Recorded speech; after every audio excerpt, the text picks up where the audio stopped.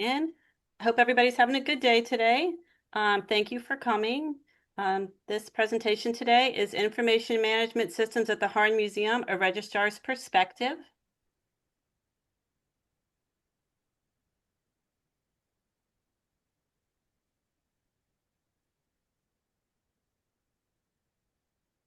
Our partners for this presentation are the Florida Humanities, Florida Arts and Culture, and Visit Florida. I also want to show everyone that we have our new 40th anniversary logo. This is our first presentation using that. This year, 2026, is the official 40th anniversary of FAM. So you're going to see a lot more of that this year. It's going to be an exciting year. We're going to have lots of fun programs. I want to introduce the staff. Melinda Horton, she's our executive director, and my name is Laura Nimmers. I'm the Florida Association of Museums program manager. A little bit of information. We've got closed captioning that's available if you just use CC on your control panel. I want to let you know that today's presentation is being recorded, so you'll be able to find that later on our YouTube channel, and I will be sending that out to you along with our survey. If you have any questions, you can use the chat box. I've talked to Jess about it. She would prefer that we just kind of answer all questions at the end of the presentation so we don't have any interruptions. And like I said, you are going to get a survey at the end, probably in a couple of days once we get the video and everything uploaded to YouTube. Some really exciting things we've got happening this year that I hope you can participate in. April 14th, we're going to have our colleague consortiums. This is an opportunity for everybody in your region to kind of meet together. We're going to have some activities. We're going to learn about the locations. The first one will be April 14th at Vero Beach Museum of Art, and they've got some exciting things planned for us and a reception afterwards. They are doing some construction at their museum, so it'll be kind of fun to see, what they have, what's happening with them. Our second one is going to be in Lakeland at the Florida Children's Museum. This one will be a lot of fun too. That one's going to be scheduled for April 15th. And our last one is going to be April 16th at the Appleton Museum of Art in Ocala. And they've got a lot of exciting things going on there as well. We have sent out registration for these, so please take a look and see if you can find that. You can go ahead and register now for any of these anytime. They're free and they're going to be a lot of fun. Another thing we have, this is a new program that we're doing. It's called Common Grounds. The plan for this is we're going to have different areas of museums just have an informal chat. So you can talk about any concerns or questions or just meet some of your colleagues around the state. It's going to be at 3 o'clock every time. Just bring your coffee, get ready to meet some new people, ask some questions, and learn about lots of fun things. The first one we're going to have is, oops, sorry, I can't see the date on this. Maybe somebody could see it. Oh, April 22nd, April 22nd at 3 p.m. So bring your coffee or tea and let's just get together and meet with some colleagues. I want to introduce our speaker today. Her name is Jess Yulesman. She's the Senior Registrar at the Harn Museum of Art, and she's got a lot of great information, and she's a great person. So just if you have any questions, feel free to put them in the chat, and she'll go over them at the end. And so now, Jess, I'm going to hand this off to you. Okay. Hello. Hi, everybody. I haven't done a Zoom presentation in a really long time, so please pardon my awkwardness, but I'm happy to be here. I'm happy to share some of these systems that the Harn Museum has. About myself, I have a very long history here at the Harn. Actually, I started as an intern many, many years ago while I was completing my master's in museum studies here at the University of Florida. I circled back around to the Harn and was hired as associate registrar, where I was working with exhibitions and loans, and then moved on to becoming the senior registrar here. So currently my role is largely administrative and dealing with permanent collection projects. The Harn itself, if you're unfamiliar with the Harn, was built in 1990, where underneath the management of the University of Florida. Since it was built in 1990, we've had two major additions to the building, and we're currently under a renovation right now. So I will talk about that and how that's actually impacted this presentation, our information management. The Harn has about 35 full-time staff members, and the registration department has 5 members.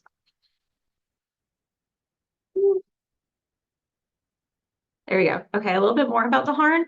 We have six actually main collecting areas: modern art, contemporary art, African, Asian photography, and works on paper prior to 1850. But as we support the university and local colleges and scholars here in town, we have other smaller collecting areas such as antiquities, oceanics. Um, the Harn has about 14,000 objects in it, and we are an actively growing collection.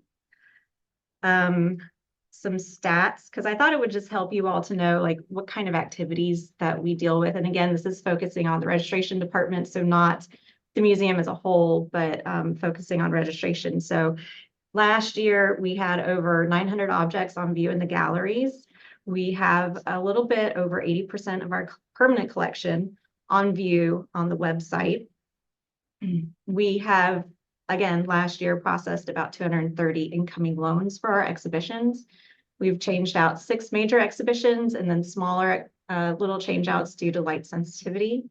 And within the department, we are really supported by university interns. So last year we had about 5 interns, and then we have a longtime adult volunteer that works with us. So in this talk, I am going to share just some general filing guidelines that we use here in the department and how we organize our information here. And then again, we're going through a renovation project and how that's impacted our systems and how we plan to move forward. So our information management systems include paper files. We have a museum network. It's File Manager. It's on OneDrive, and we also use SharePoint right now. So that's for the entire museum. And then we have our collections management system, and we're using TMS, the museum system. Our information includes open information that's available to the public. Then we also have sensitive and, of course, restricted and confidential information.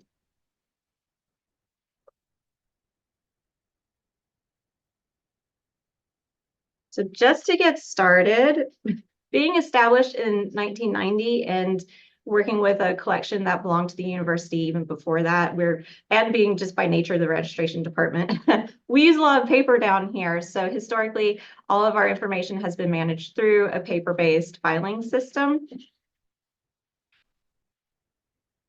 where we're frequently, making copies and sharing hard copies in between the departments or for researchers, but it's led to a very cumbersome and very large collection of documents.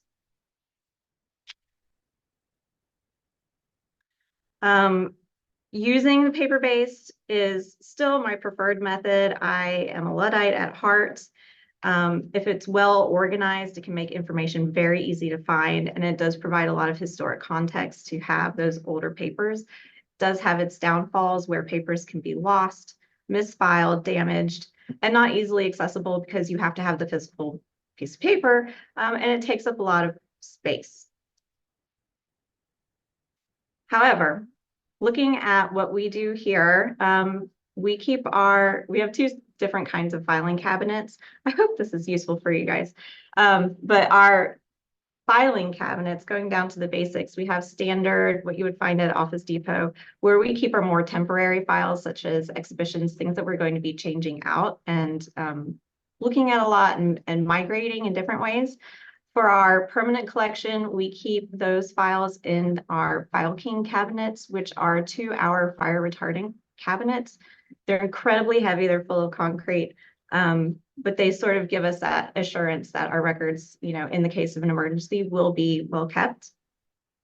We also keep our cabinets off the floor just in case, again, of those emergency situations where there might be some flooding. All of our files that are sensitive are kept in a restricted area down in the registration department.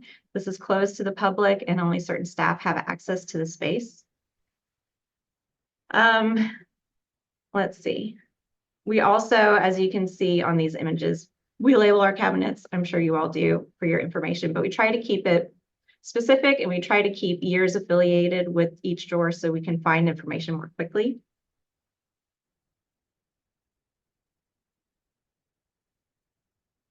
Some of our filing basics that we share with our interns or volunteers or new staff that come in are to remove metal paper clips and binder clips, anything that might eventually rust or cause damage to the papers. We will end up using plastic clips or Manila staples, which are archival. They won't rust, although they do create those punctures into the paper. When filing, when creating documents or assigning documents to be filed, we make sure that we notate at the top where the document should be filed. So clearly identifying where they should go. And because we generate so much paper, we try to pre-sort them into these bins that you see in this image here. So we have incoming loan files, exhibition files, outgoing loan, and our object files is just an example. And then the biggest thing is that if you have any questions at all, just make sure, because again, we have a lot of interns and volunteers who are helping us with this information, and we don't want it to be misplaced or lost. So we always say, if you need any help, we're nice people, come and ask us.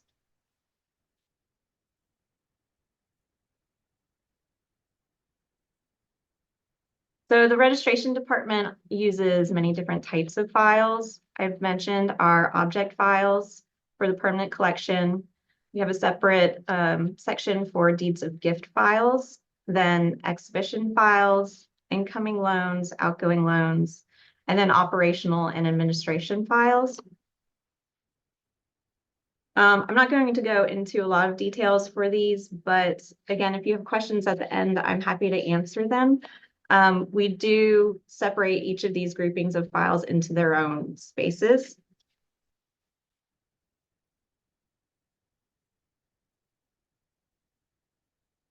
The interior files, this image is an example of our object records, where we will use the tabs to help us identify what the objects are very, very briefly. And then inside the files, of course, we use the folders to separate any invoices, shipping records, condition reports, purchase agreements, anything like that, just to help us organize our information.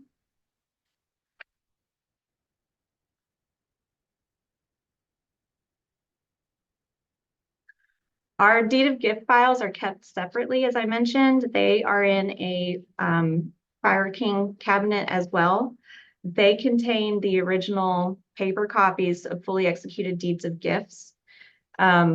We use all archival materials that we can for these to keep them, into perpetuity as much as possible. So we use acid-free paper, acid-free folders, hanging folders, and the other files that we keep, we do not use such stringent archival methods. It can be very expensive as well.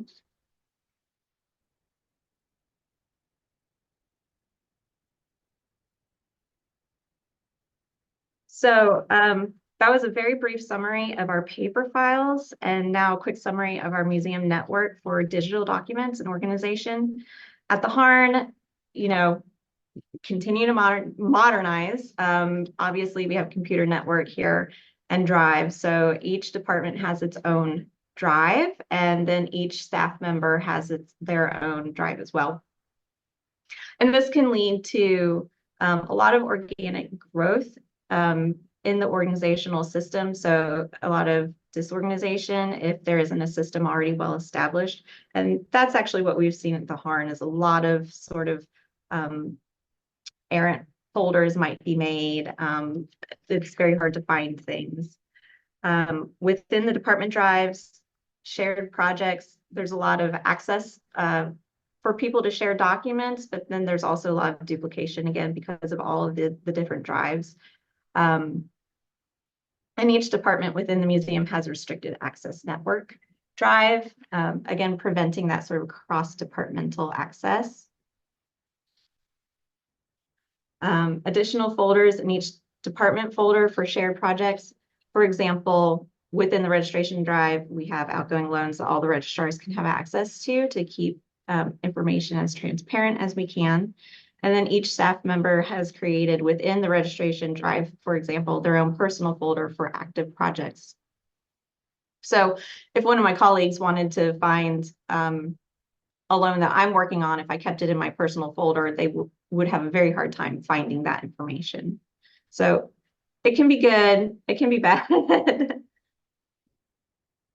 The database, we use TMS, which is what I mentioned. Um, this is cloud-based, and currently our information is hosted by Gallery Systems. This is the record keeping for the permanent collection, loans, and exhibitions that we do here. The data input is controlled by registration. Content is provided by the registrars, curators, educators, and other researchers, but information is only added to the database by the registrars, and this is to try to help control the standards for the fields. Um, the, the database also has a public interface that's called eMuseum, and it's linked to our website. So while TMS is used to collect as much information as possible about permanent collection objects, only the public-facing information is on eMuseum.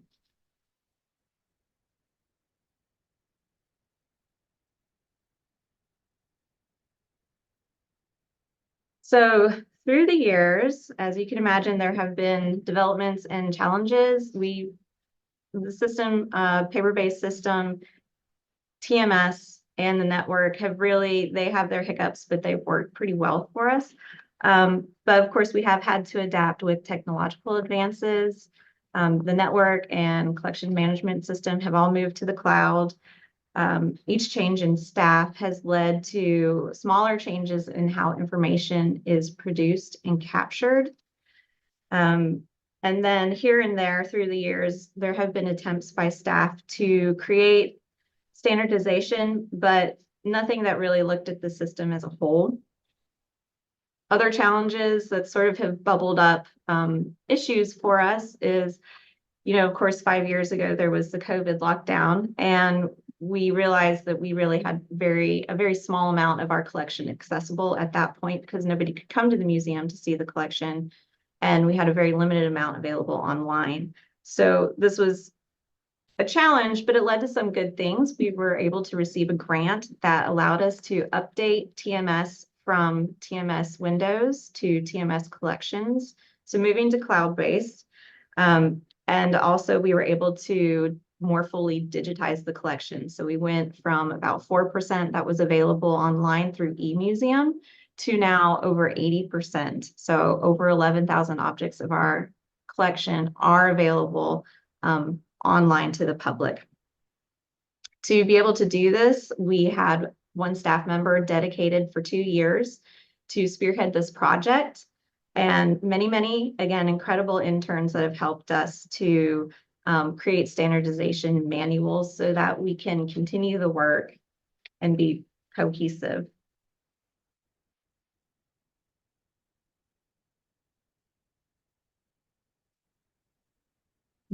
So we had a system that worked well, but then we've had this event where we needed to change and think more critically. So last fall, the Harn began a substantial renovation project. When it's finished, it's still ongoing. It should finish later this summer. When it's finished, it will add gallery space, but it has also led to reducing administration space for many departments. So we're all kind of moving around and finding our bearings within the museum again. In preparation for this project, for the renovation, all staff were directed to purge their files following the UF retention policy guidelines. And in this process, many of the files ended up coming to the registration department because there was a great fear of losing information that might be relevant to the collection.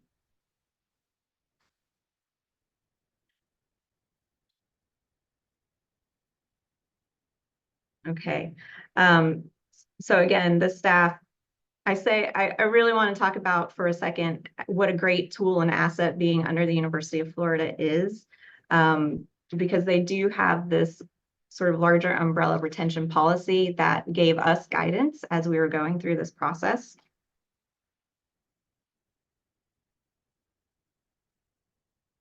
Oh, here are some of the files that we've received, a lot from the business office. Again, this process of all the departments looking at their files at one time sort of led to this migration of documents to the registration department. And so we were left, the registrars and I were left with excessive files to review prior to proper disposal.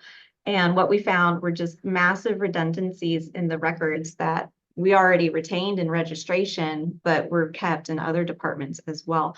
And it really got us to start thinking more critically about our paper filing system, redundancies in the system, how to use our time more efficiently, what document is important to one department might not be important to another, and just sort of sussing out some critical issues like that.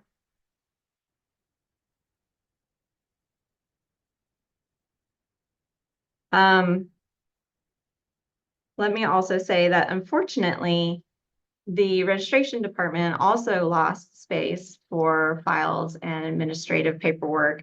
We had to reduce our space by 5 filing cabinets, which doesn't seem like a lot, but it seems like a seismic shift to me. Um, Again, it forced myself and my team to learn and apply the UF retention schedule.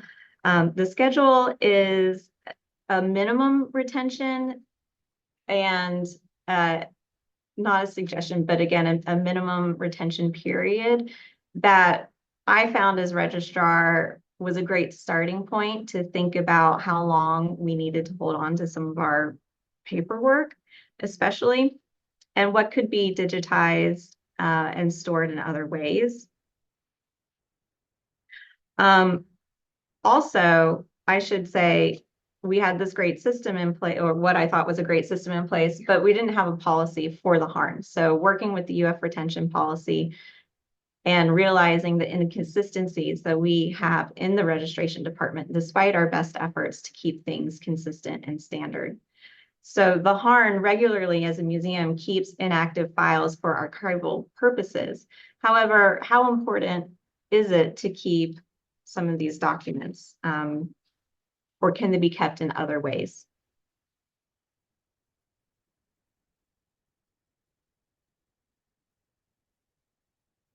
We found that the registration department had very old and inactive files that were bulky and inefficient. They had many drafts of checklists, for example, or obsolete correspondence, and they really could be culled and streamlined to save space. And thinking critically again about what needed to be saved permanently. Without a policy, many of our records were not analyzed and maintained, and they were kept beyond their use and also had outgrown our safe storage space. So we were saving documents in file boxes, and not the best practice that I would aspire to here. So without a records management policy, the records are not maintained consistently between both individual staff members and between the departments, again, revealing inconsistencies and a possibility of lost information.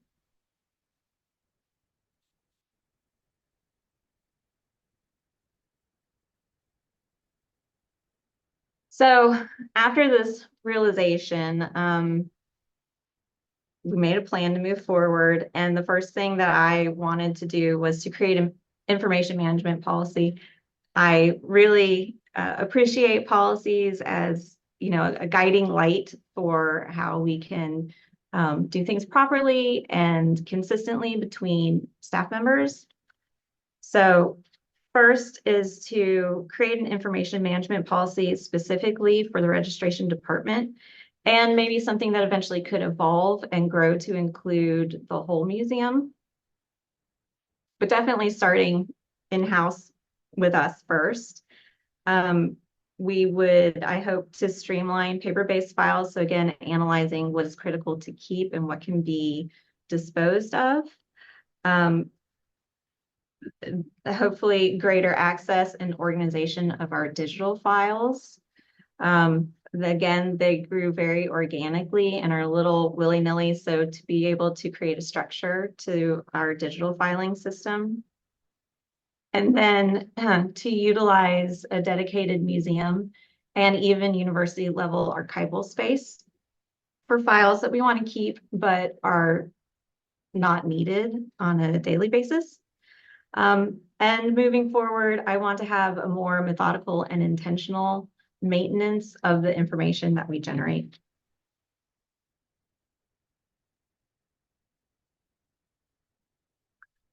So file management policy to ensure the Harn maintains consistent filing practices.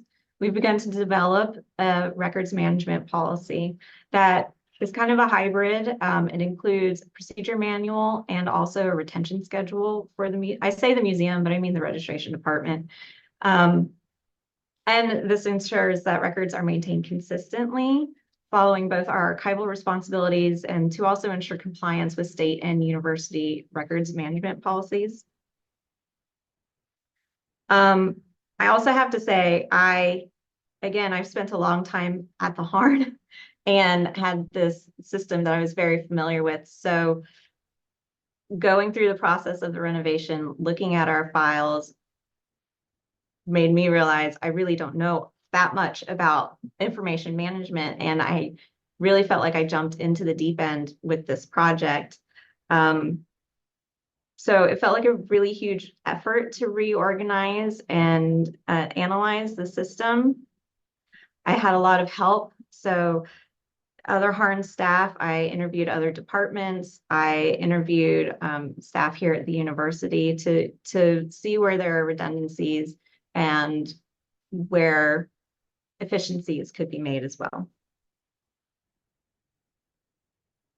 The document is still being developed. It will be one of those living documents. Yeah. So talking about how I hope to move forward with a better filing system, I want to streamline practices such as identifying critical documents required for the permanent files. So looking back at the files, we have a lot of obsolete information, or it could have already been transferred to our database. So a lot of redundancies. So really thinking about what physical paperwork needs to stay in the files. I do want to have a complete record. So then also, and a lot of files, a lot of documents are digital born. So, identifying what needs to be printed and retained. We don't need drafts of things, but the final versions. And I also want to simplify some of our filing practices just to reduce the time that staff are in there. So we had been doing a 3-tab information across our file folders, as you see. And then I've decided that we don't really need all of that information. It takes a really long time to make those tabs. So reducing that to just 2, just little things that are helping us spend our time better.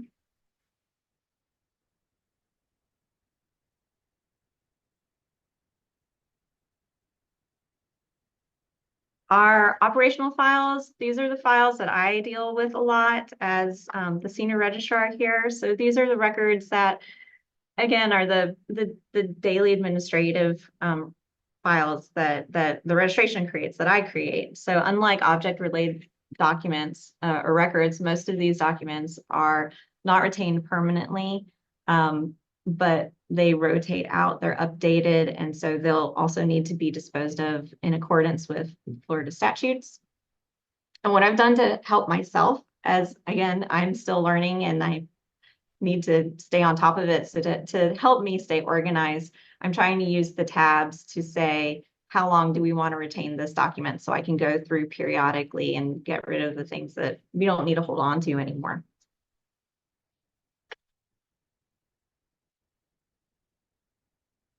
So just little cheats to kind of help us remain efficient and organized. So our digital file management, how we hope to move forward with that. We've gone from a closed network. Well, I said that wrong, but it's now cloud-based and all of our files are on the cloud. They're easier to be shared and edited across staff. With guidance from our director of IT, we are purging obsolete or redundant files. We're investigating a new image file storage system, a digital asset management system to help us, sort of separate those large files that are needed across departments. And then our network is reorganized for more read-only access between departments. So rather than segregating the departments, there's more transparency where we're all provided read access. And hopefully, again, this will grow into a bigger movement at the museum, and there will be a file management policy for the entire museum.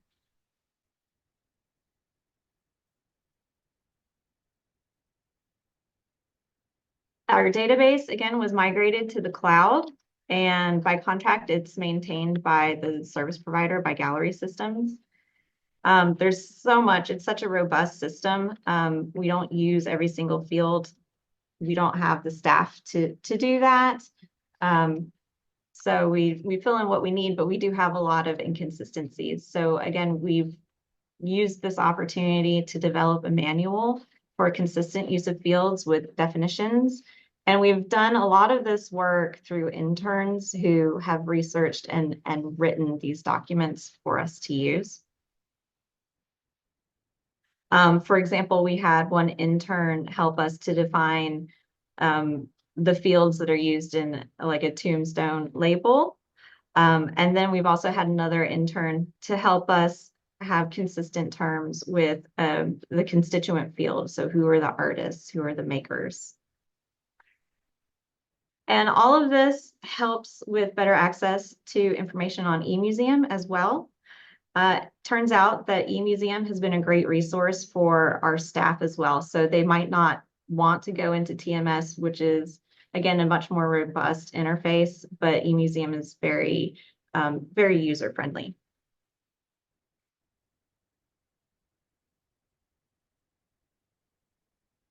So the archives for the Harn is a new idea. It used to be every department kept its own records, but we are moving to having a shared space that is just for historic files. The director of the museum has identified a secure storage space within the museum for all museums to share files or archive files. And I feel that this is going to be especially helpful for the registration department and cross departments, for example, for exhibition files where every department has input. And we can compile a master file and then set it aside in the archive. The Harn can also transfer documents to the university archives, which is, again, another great support for the museum.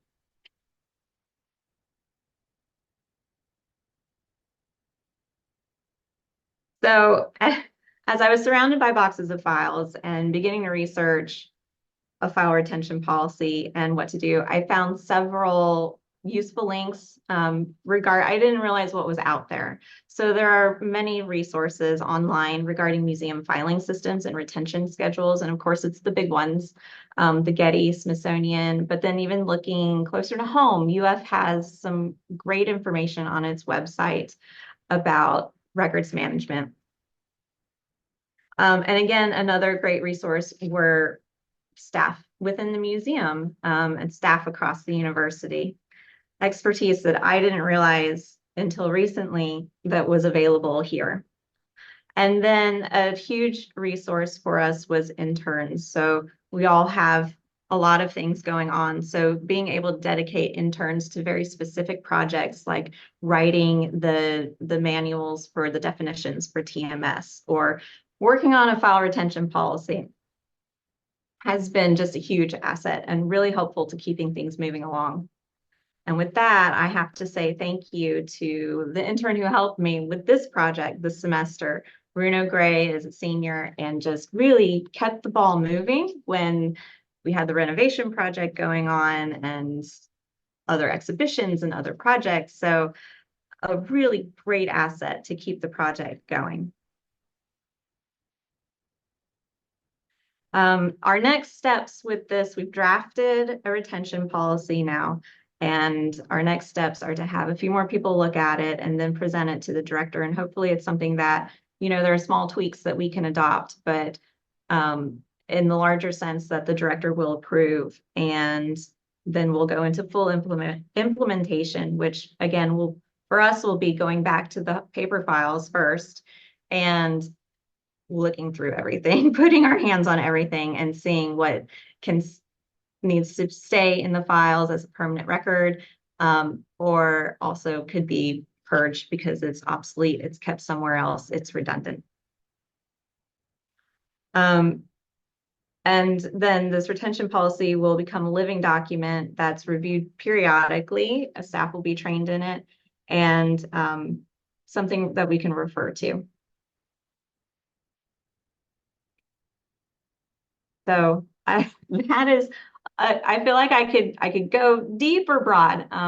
There's a lot of information out there, and I thank you all for attending. And are there any questions?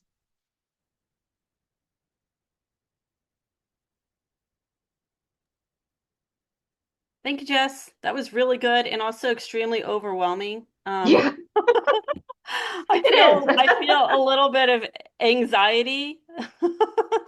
Um, I'm just curious, like, how did you I know what your daily routine's like, and you're constantly changing out exhibitions, and you've got loans coming, you've got so many balls that you're Yeah. juggling, and now you also have this project with the renovation.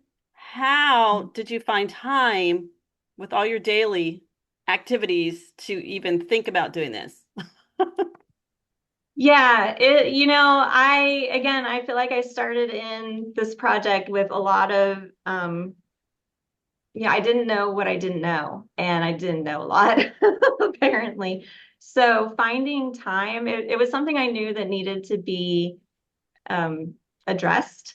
And because of the timeliness of the renovation project and this flood of paperwork that we received from other departments and then our own department and registration, it felt overwhelming, and it still does.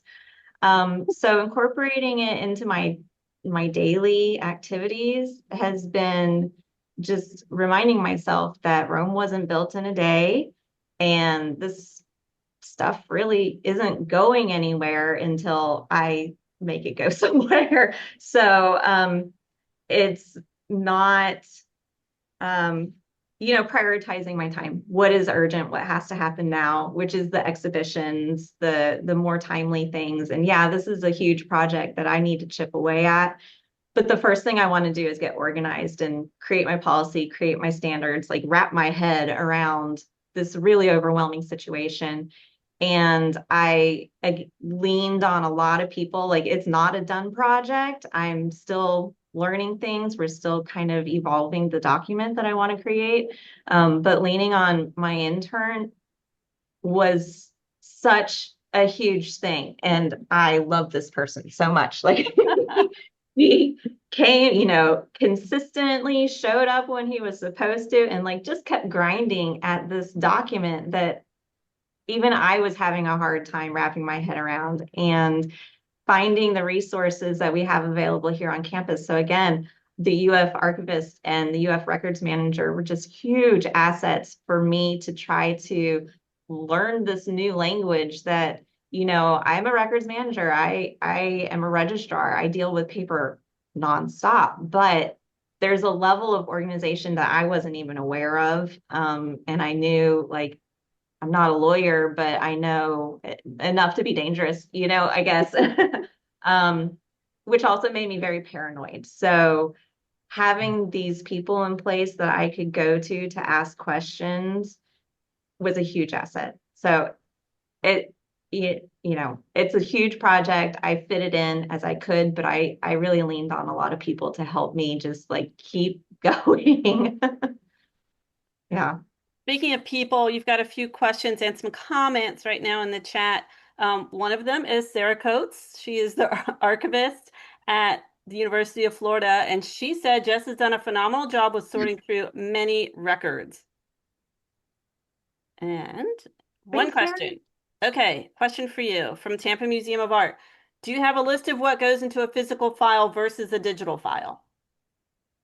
So that is an interesting question because I'm still grappling with that myself. I love paper and I want to keep everything. So I am constantly at odds with myself of what is really critical to keep. First of all, what information do you need to keep? Ugh, like, ugh. You see my anxiety. So the question about what do you keep paper-based and what do you keep digital? I do believe in redundancies. I do want our permanent collection to have a full and complete record, for every object. Um, there are a lot of things that could live digitally as well. And I don't have the answer to this, I don't think. I want things printed out. Like that's my nature. There are backups in the cloud. There are redundancies in the cloud. Here at the Harn and at UF, again, talking about different departments, I keep a deed of gift. I print it out. It's also kept on our museum network, but then our Office of Advancement has their own version and their own database. And I mean, we have redundancies on end here. So it is a struggle to figure out what should we keep in paper and what can be in digital. And I haven't, and this is not a good answer for you. My personal preference is paper, but being more analytical about, well, um, not for deeds of gifts because those are incredibly important, but not keeping drafts of materials anymore. Or if it's exhibition related, I'm okay with that being more digital um, than hard copy. But then again, I do want that final checklist printed for the archive, but I don't need the 20 drafts where the checklist has changed a lot or personal notes are written. So I think it does just take a critical eye and some deep thinking that I'm still working on myself. Weeding is difficult for registrars, that's for sure. It's hard. Yes, speaking of going through the files of the registration department, Sarah Coates was so kind to come and like physically help me go through the documents and saying, no, you don't really need this. I'm like, but are you sure? It's like, yeah, that's true. I'm like, okay, breathe. I It did was a tough feel really exercise. bad, Jess. What, Sarah? I said I did feel really bad.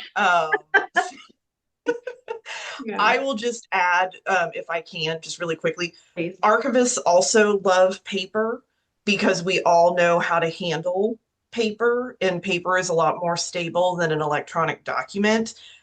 However, paper takes up a lot of space. And so if you have a lot of redundancies between your digital and your paper copies, um, just make sure that your digital copies are backed up appropriately. Um, and if it's something absolutely mission critical, like your deeds of gift, it might not be a terrible idea to have a paper copy as like a backup. That's me speaking. I can see, well, from, across town, our records manager probably like shaking his fist at me. But that's just me as an archivist speaking. Mm. All right. Thank Well, you. I have trust issues with technology, but that's another story. Okay, next question. Susan Carter says, thank you, Jess. We're in the midst of our third reaccreditation self-study, and we definitely need to focus on developing a records management policy. Would you be willing to share your policy? I think so. It is like a super drafty form right now. I am having various people look at it. So I would love to share it. Let me just run that request past not my registrar, my director. But yeah, I would be happy to share what I can. And a really great resource is the UF Records Management website. If you go to UF and Google all of that, and it's got the UF retention policy and schedule on there, and it could be a really good resource. And it looks like it showed up in our chat. Thank you again, Sarah. So that's a great place maybe to start looking. Um, there are, again, the retention policy from what I've learned is a minimum retention period. So I have opted on some aspects to, haha, Drew, to lengthen how long we keep certain documents compared to the UF retention policy. So I think there's some room to, customize what you want to do for your own institution. All right. Uh, Rachel Porter says, thank you so much for your presentation. So much thought has gone into this. It's really great. For the cloud-based documents, are those created as shared documents with specific editors, or are they born with traditional desktop tools and uploaded? Wondering about version control and if that's been an issue. Yes, I will not be able to answer this question very well. I'm sorry. I do usually start my documents on the computer as a traditional document. Um, and then I will upload it and share it to others and allow them to edit. That's my own personal preference. Okay. Rachel, did that answer your question? Hopefully, let me know. Um, Yes, and also I guess I have a follow-up question about maybe the types of documents that are going out there, because obviously you're comfortable with saying, okay, now you edit this part. Mm. I guess I'm just wondering if somebody can go back after the fact and then still have editorial control. And I mean, I guess they could, whether it was in a regular Word document or not, but I found the version control can be out of control sometimes in the cloud. And if there are guardrails that can be put in to prevent that. Mhm. I'm sorry, Rachel, I don't know the answer to that. I Okay. struggle with the cloud and version control. You're very correct about that. Okay. Okay. Well, thank you. And this has been really helpful. Thank you. all right. Tish Sheasley says, other than redundant paperwork, can you give some specifics regarding what you are actually able to toss? Yes, we have a lot of, for example, brochures and newsletters that the Harn created that they're kept elsewhere. So we would have, um, if an object was published in a Harn newsletter, that newsletter was in the object file. So we would pull that. We still have a record of the publication, um, but that's the kind of thing that for us it created a lot. It was very bulky and creates a lot of, uses a lot of space. Um, Other things are, again, like checklists that everyone has their own version of, and they end up in the exhibition file. So that is a very easy thing. That was like the first thing to go was all the renditions of hard copy checklists. Um, Correspondence that wasn't relevant anymore.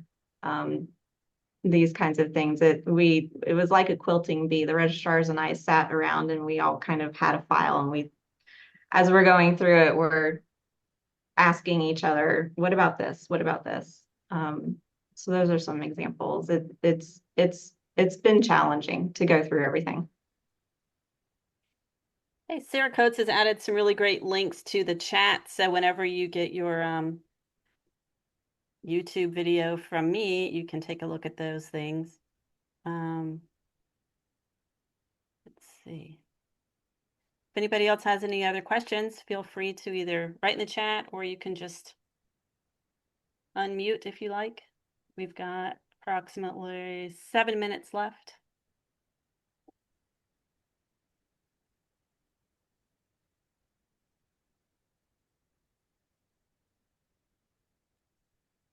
I'm going to toss out some praise for Jess. As you should. Um, this is an incredibly difficult thing to do, to go through and have to weed out all of these documents. And she's just done a phenomenal job. And I'm so glad that she reached out and asked for help. So if you have other resources or people around you who you can ask for help, advice, sounding board, please feel free to take advantage of that. Um, I also am going to praise her policy and the slide that she had that had the filing cabinet with the tags on the file folders with the retention period and like how long you keep things. I wish everybody did that because it will make your future life so much easier when you just see it right there at a glance. And that policy that she wrote is really clear and very well written. So I hope that she's able to get clearance to share parts or all of that with y'all because it's really, really, really helpful. I wish everybody at the University of Florida did this because it would make my life a lot easier, that's for sure. Hey Yeah. Jess, I just want to ask you about, oh, sorry. No, go ahead, Allie. I just wanted to ask you about how you're storing your digital image files, if you're just keeping them on TMS or you're redundantly also storing them on your SharePoint drive. Oh, our images. Oh goodness, Allie, I'm so sorry. I wish my coworker, Beth Heinrichs, were attending this. She's our TMS guru, and she actually led the grant that allowed us to more fully digitize the collection. Um, TMS does not. I'm going to have to get back to you, and if I can get back to the group with an answer to that question as well. We are, like I said, actually looking into investing in a digital asset management system. We've been working on that for like a year now. So in addition to TMS, we're going to move, well, we will move all of our image files into this DAMS. And then maybe that will become our new public interface and not using eMuseum. So we're still working on some issues there. Does not answer your question, but I will have to get back to you about that. That's totally fine. Can I be nosy and ask what you might be moving to? No, Also fine. We can chat later. yeah, we've gone through the process of looking at three different. I'm not actually a part of this. Another registrar who is way more literate in TMS and the management system, Beth. She's on the committee, and so they've gone through the process of doing demos with a couple different companies, and I'm not really sure which one they're looking at right now.